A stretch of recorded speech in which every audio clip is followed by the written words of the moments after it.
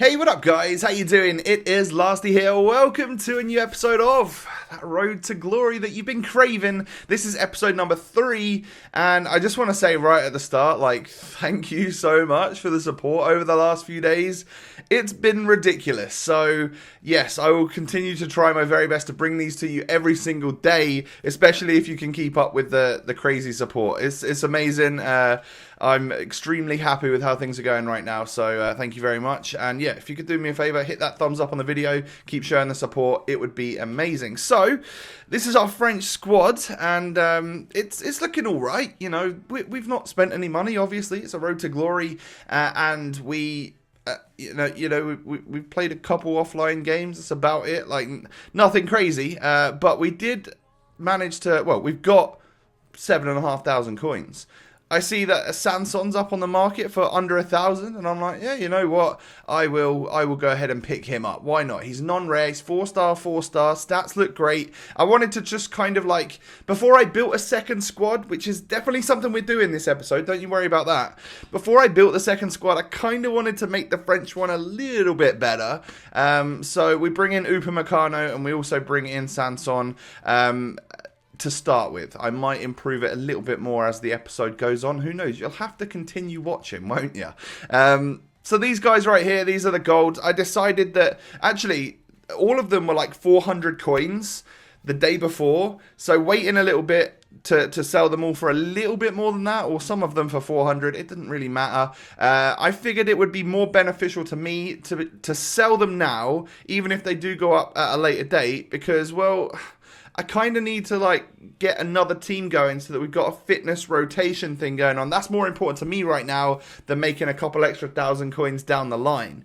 So someone left a comment on episode 1, and I believe also episode 2, telling me that squad battles is a great way to go down. And you could have even, in episode 1 where we played some offline single player seasons, you could have been playing squad battles, of course, because yes, you can set the difficulty, you can play it as easy as you want, but you will be earning points towards earning a few rewards at the end of the week. So yeah, shout out to whoever that was that wrote that in the comments. A great idea. For some reason I had it in my head that I'm not playing any squad battles until I get to that point in the starter challenges where it tells me to go play a squad battles match. I didn't want to run out of my 4 games before I got to that point and then have to wait another day to actually complete that challenge. That would have been annoying. So that was my reasoning behind it. But yeah, of course, go on into squad battles.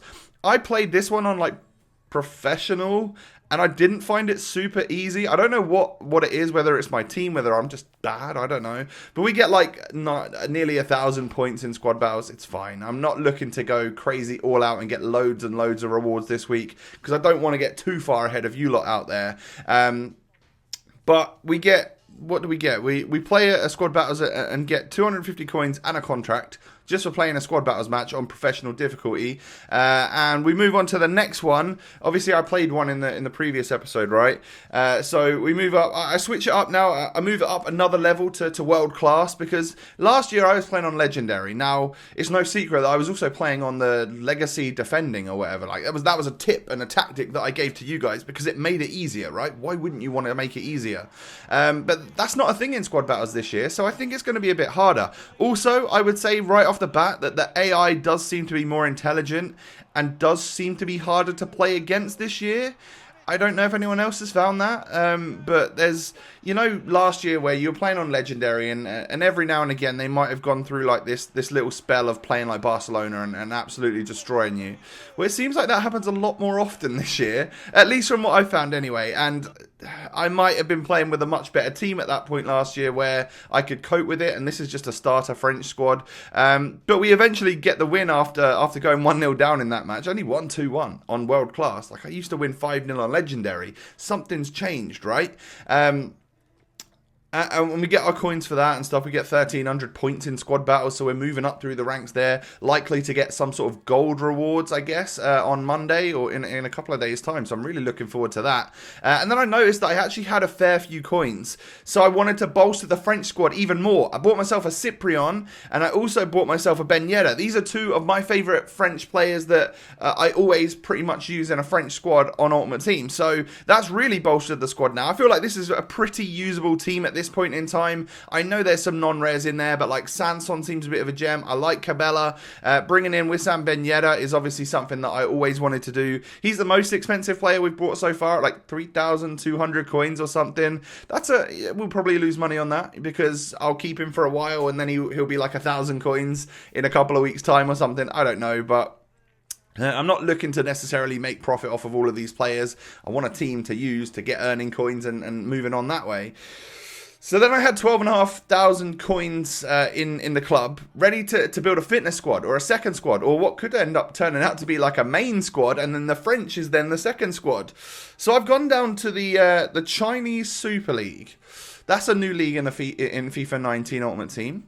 So there's some players there that I really want to use. This guy especially, Anderson Talisca. He's 3,000 coins. That was the second most expensive player that we've brought on the Road to Glory so far. I also brought Alex Teixeira. We brought Bakambu. Two great strikers that I think are going to do very good. Renato Augusto. We brought Akanji, I believe. Yeah, Akanji from Dortmund, Zakaria. I'm not sure how you would pronounce the name correctly, but two Swiss players from the Bundesliga. We buy Klosterman, who's a gold this year. So it's not just one league. You can see that I'm going down a couple of different leagues. Now, the one thing I will say about this squad that I'm trying to build right now is that it's not actually going to be full chem. There's going to be two players that are slightly off chemistry. I'm not super bothered about that. I don't know if you guys are. This is the team, by the way, but Zakaria and Aranguiz, again, terrible at pronunciations, apologies.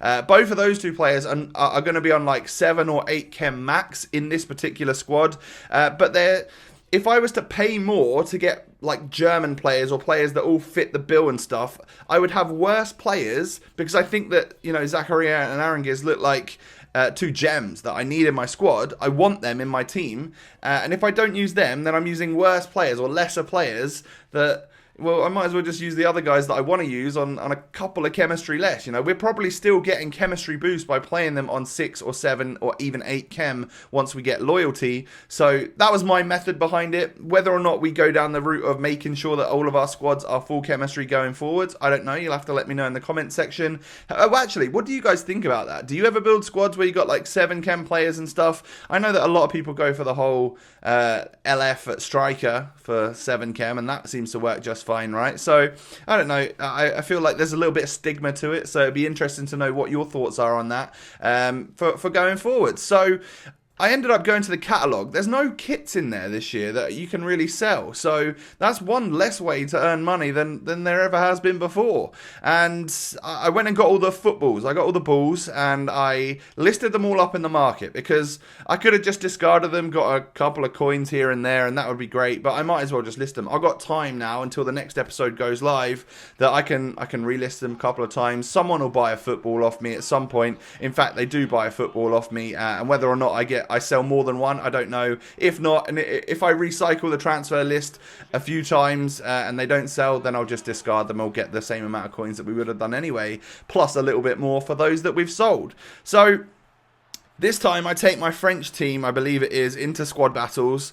We get quite a rubbish team. We get a nice starter team to play against. So I went world class again, and this time it did seem easier, whether or not the improvements that we've got to the team or the level of the team that we were playing against, it just didn't seem the same as the one before, which I found really, really difficult. Whereas this one is like a 5-0, no problem. It took me 73 minutes to get the 5th goal. I don't mind, but so yeah, it seemed a bit weird, but that was world class. We earn loads of coins, obviously, and we also earn like 2,000 squad battles points for one match there. So that was good. 5-0 on world class seems to get you about 2k points, which is brilliant. And that actually propels us up to gold 2 for now. We do have the weekend coming up, and you're watching this on the weekend, and obviously you can play more squad battles games. I don't think I'll be able to keep up with all that, plus make videos, plus make other videos. So I'm not necessarily going to be going for 12 games a day or anything. If I can try and get 4 done each day for the next couple of days, we might be able to stay in gold. I'm not too sure, but of course we've got to be careful that well, I feel like everyone's EA access is going to start running out, right? So that could be a bit of an issue. Now Wendell is someone that is coming into the squad. He was the last player that I couldn't quite afford after buying everyone there, but after playing the game, getting the coin boost and stuff like that, then I was able to pick him up. I bought a Bundesliga Manager League because, well, I needed to get extra chem for my Bundesliga players, especially the ones that are off chem. Having a little +1 there brings. I mean, Zachariah's off position as well. He's not in the correct position, so he was on 5 chem. Now he's on 6 chem, and you know, once I can afford to get a position modifier for him, he'll be on 7 chem, and then once he gets loyalty, he'll be on 8 chem. So he's going to just keep getting a little bit better and better and better.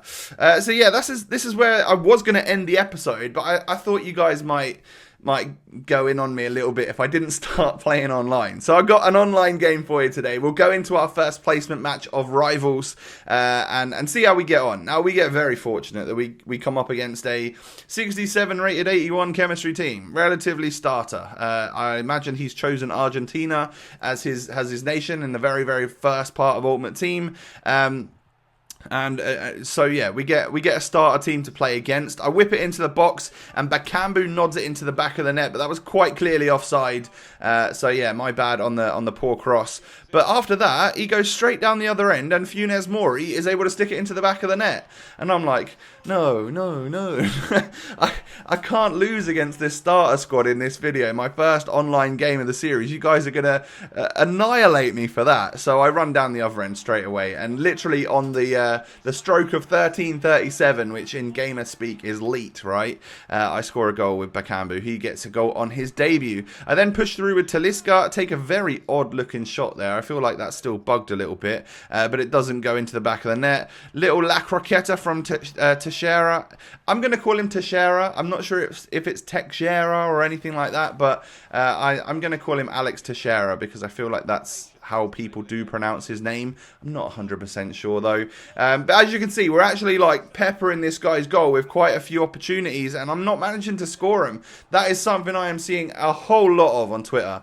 Everyone seems to be saying that they're taking shots, well, they're terrible at shooting, you know, they're taking 20 plus shots a game and really, really struggling to score. And obviously that's going to be the case. There's a new shooting mechanic this year that you've got to try and learn. You've got to try and learn the time finishing. You'll notice that a lot of the shots I'm taking here aren't even timed because at the moment, I'm trying to just get a goal. I'm not trying to make it look fantastic. Some of the shots I'm taking, yes, they're timed, or I try to time them right at the very end. If you're like lenient on yourself, if you try and tap that B button again right at the very end and almost leave it a little bit too late, then you'll either hit it in the green or you won't do a time shot at all, and in that case then you're just doing a regular shot. So that's what I would recommend. Just don't think of it as a low driven shot from last year where you could double tap straight away and the shot would work as normal. Like, leave it until the very, very last second. Just as that foot is about to connect with the ball, that's when you want to hit it again for a perfectly timed shot.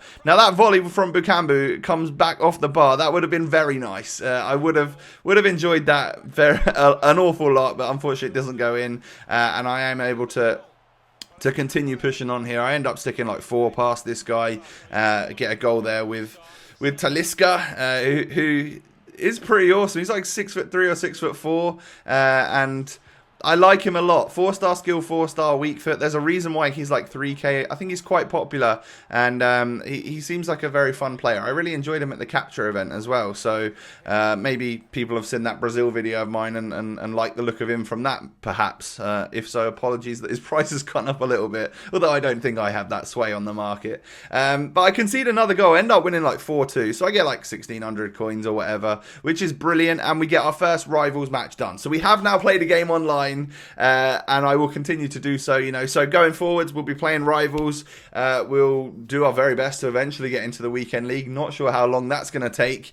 And we'll also be playing squad battles to try and get the rewards from that as well. And yeah, I mean, I eventually will hopefully be able to play some weekend league, and we'll see what we can get, because you almost get like monthly reward player pick packs every single week now. So it doesn't like hinder you to not play every single week in the weekend league, which is something that I I've always said that I won't be doing because, like, you know, I value my time at the weekends as much as anyone else. So it's interesting though. I'm actually quite excited with less games to play and stuff. Maybe it'll be a more viable option for more of us, you know, like the regulars that aren't super great at the game and willing to sweat it out every weekend. You know, some of us whose hairline might be starting to recede a little bit, and you don't want to aggravate that a little bit too much with the weekend league. So there you go, guys. That is the end of today's episode number 3 of the Road to Glory. Once again, thanks for the crazy support. We've now got 2 teams. We've now got fitness rotation going on. French squad is looking very, very good. I really like the look of this one. I would almost say that this one is like my new favorite. This is my new number 1 squad, with the French team being like the second string right now. Let me know what your teams are looking like down below in the comment section. Do me a favor, smash that thumbs up, subscribe if you're new around here. Most importantly though, have a great day, and I'll catch you guys next time. Peace.